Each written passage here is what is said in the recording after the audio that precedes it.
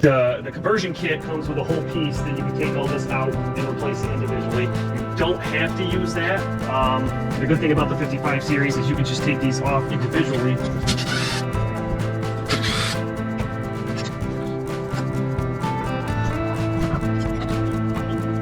And you can individually replace each light. You don't have to go with the whole bracket and the whole wiring harness if you don't. For the 50 series, you do have to.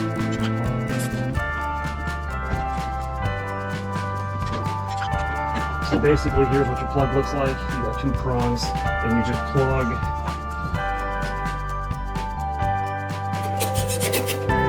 That's how simple it is to do the front nose. It will literally probably took you about 5 minutes. Yeah, you can see the corn over here. You can see the alfalfa. You can see way out there. If you are interested in these lights, check out the kit. Check out Friday Parts. Like I said, I got the links below.